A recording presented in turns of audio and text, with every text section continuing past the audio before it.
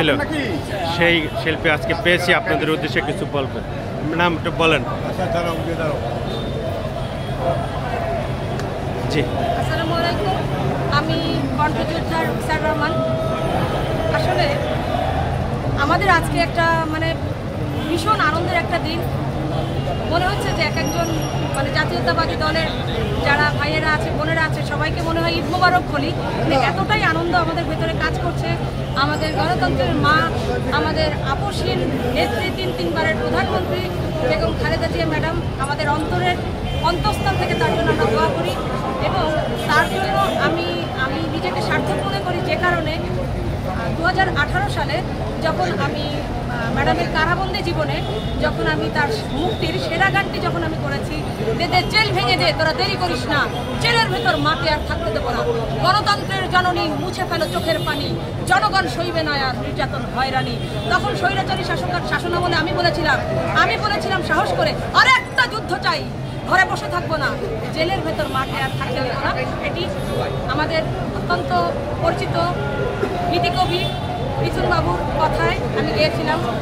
তো আমি নিজেকে সার্থক মনে করি এই কারণে যে আমি অন্তত আমাদের গণতন্ত্রের মায়ের জন্য এতটুকু করতে পেরেছি, এটা আমার সার্থকতা।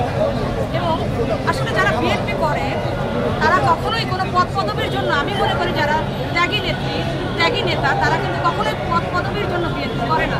তারা বিএনপিকে, এখানে যে লক্ষ লক্ষ মানুষ এখন যেমন হয়তো পরিমাণে বেশি, কিন্তু সে সময়ও কিন্তু বিএনপির ডাকে অনেক মানুষ এসেছে এবং তারাই প্রকৃত যোদ্ধা। আমি মনে করি ওই সময়টা যারা ছিল তারাই প্রকৃত যোদ্ধা।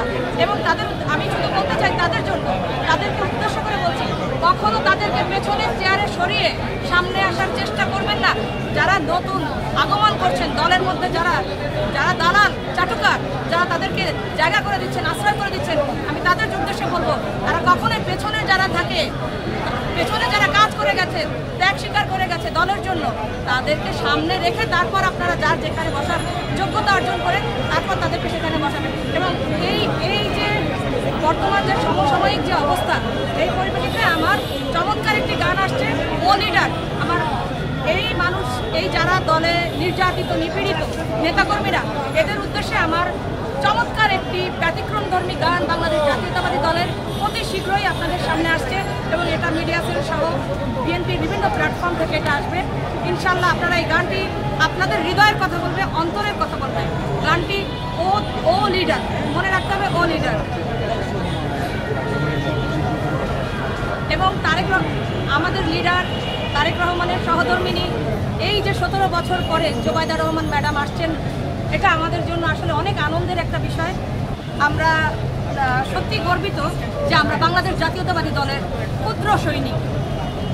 স্বাগতম, সবাইকে অনেক অনেক শুভেচ্ছা এবং আমাদের ম্যাডামের জন্য সবাই দোয়া করবেন, তারেক রহমানের জন্য সবাই দোয়া করবেন। যে ম্যাডাম, আপনার ওই সেই বিখ্যাত গানটার দুই কলি যদি একটু দর্শকের জন্য বলতেন।